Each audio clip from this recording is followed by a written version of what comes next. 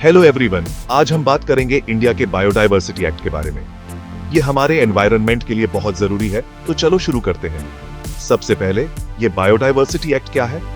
ये 2002 में बना था और इसका मेन मकसद है इंडिया के अलग अलग तरह के पेड़ पौधों और जानवरों को बचाना, उनका सही इस्तेमाल करना और सबको फायदा पहुंचाना।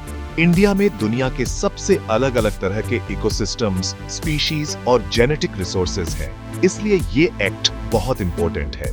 चलो इसके मेन पॉइंट्स देखते हैं। पहला, नेशनल बायोडायवर्सिटी अथॉरिटी यानी एनबीए। स्टेट बायोडायवर्सिटी बोर्ड्स के साथ मिलकर एनबीए इस एक्ट को लागू करवाता है। ये लोग रिसोर्सेज के इस्तेमाल पर नजर रखते हैं और देखते हैं कि लोकल कम्युनिटीज को भी फायदा हो।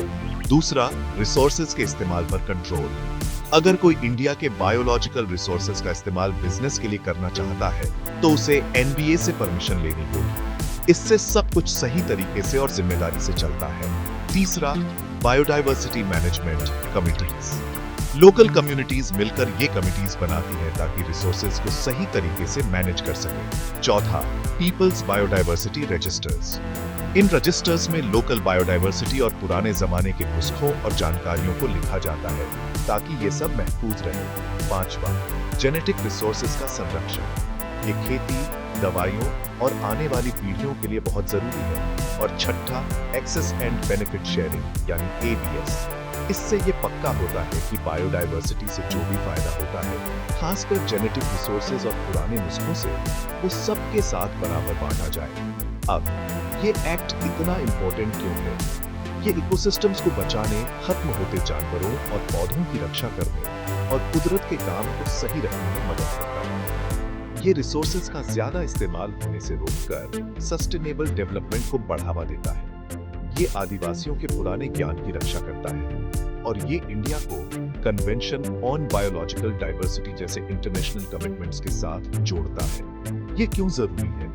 एनवायरनमेंट के लिए ये इकोसिस्टम्स, स्पीशीज और जीन्स को बचाकर कुदरत का बैलेंस बनाए रखता है। पैसों के मामले में बायोडायवर्सिटी खेती, जंगल, मछली पालन और दवाइयों के लिए बहुत जरूरी है। कल्चर और सोसाइटी के लिए लोकल कम्युनिटीज खाना, रोजगार और अपने रीति रिवाजों के लिए बायोडायवर्सिटी पर निर्भर करती है। और हेल्थ और मेडिसिन के लिए औषधीय पौधों और रिसोर्सेज को बचाना इंडिया के दवाई बनाने वाले सेक्टर के लिए बहुत जरूरी है। ये बायोडायवर्सिटी को बचाने में कैसे मदद करता है? रिसोर्सेज के इस्तेमाल पर कंट्रोल करके ताकि उनका ज्यादा इस्तेमाल ना हो।